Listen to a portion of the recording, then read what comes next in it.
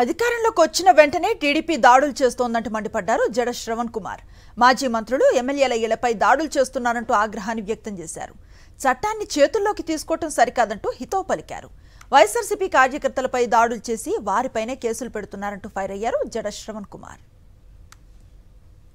ప్రభుత్వం ఏర్పాటైన దగ్గర నుంచి ప్రభుత్వం మీద మాజీ మంత్రుల ఇళ్ల మీద ఎమ్మెల్యేల ఇళ్ల మీద వీళ్ళ మీద దాడులు చేస్తున్నటువంటి విధానం which is not acceptable at all.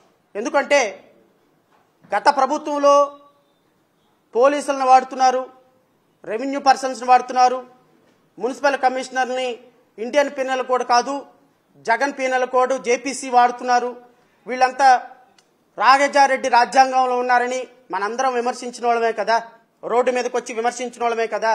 Road మీదకి వచ్చి విమర్శించాము, డిబేట్లలో గొంతులు చించుకొని మాట్లాడాము, ప్రజాక్షేత్రంలో 100 మీటింగులు పెట్టాము, బాధితుల దగ్గరికి వెళ్ళి బస్సులు వేసుకొని మాట్లాడిన వాళ్ళమే కదా. మరి ఈ ప్రభుత్వంలో కూడా అలాంటి పనులు చేస్తే which is not acceptable at all. ఎన్నికలకు ముందు పవన్ కళ్యాణ్ ఆరోపించినట్లుగా రాష్ట్రంలో తప్పిపోయిన 32,000 మంది అమ్మాయిలను వెతికి తీసుకురావాలని డిమాండ్ చేశారు జడ శ్రవణ్. కేంద్ర హోంమంత్రితో మాట్లాడి ప్రతి ఒక్క బాధితురాల్ని వారి కుటుంబం వద్దకు చేర్చాలని చెప్పారు. డిప్యూటీ సీఎం హోదాలో పవన్ కళ్యాణ్ వెంటనే చర్యలు చేపట్టి బాధిత కుటుంబాలకు న్యాయం చేయాలని డిమాండ్ చేశారు జడ శ్రవణ్ కుమార్. గత ప్రభుత్వంలో 5 సంవత్సరాల్లో వాలంటీర్ల ద్వారా 32,000 ఆడపిల్లలు అదృశ్యం కాబట్టారు.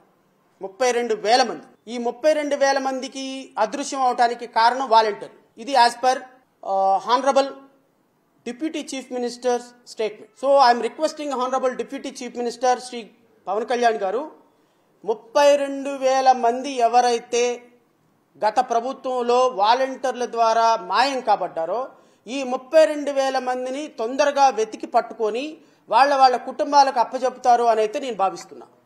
ఎందుకంటే హోమ్ మినిస్టర్ కూడా, సెంట్రల్ హోమ్ మినిస్టర్ కూడా కాన్ఫిడెన్షియల్గా మీతో చెప్పినటువంటి అంశాలు ఇప్పుడు గౌరవ హోమ్ మినిస్టర్ కూడా మీ ప్రభుత్వంలోనే ఉన్నారు కాబట్టి, కేంద్రంలో మీ ప్రభుత్వమే అధికారంలో ఉంది కాబట్టి ఈ 32,000 మందిని వీలైనంత తొందరగా అప్పజెప్పి వాళ్ళ కుటుంబాలకు ఇవ్వగలిగితే హానరబుల్ డిప్యూటీ చీఫ్ మినిస్టర్గా మీ యొక్క గౌరవం అత్యున్నతంగా పెరుగుతుంది.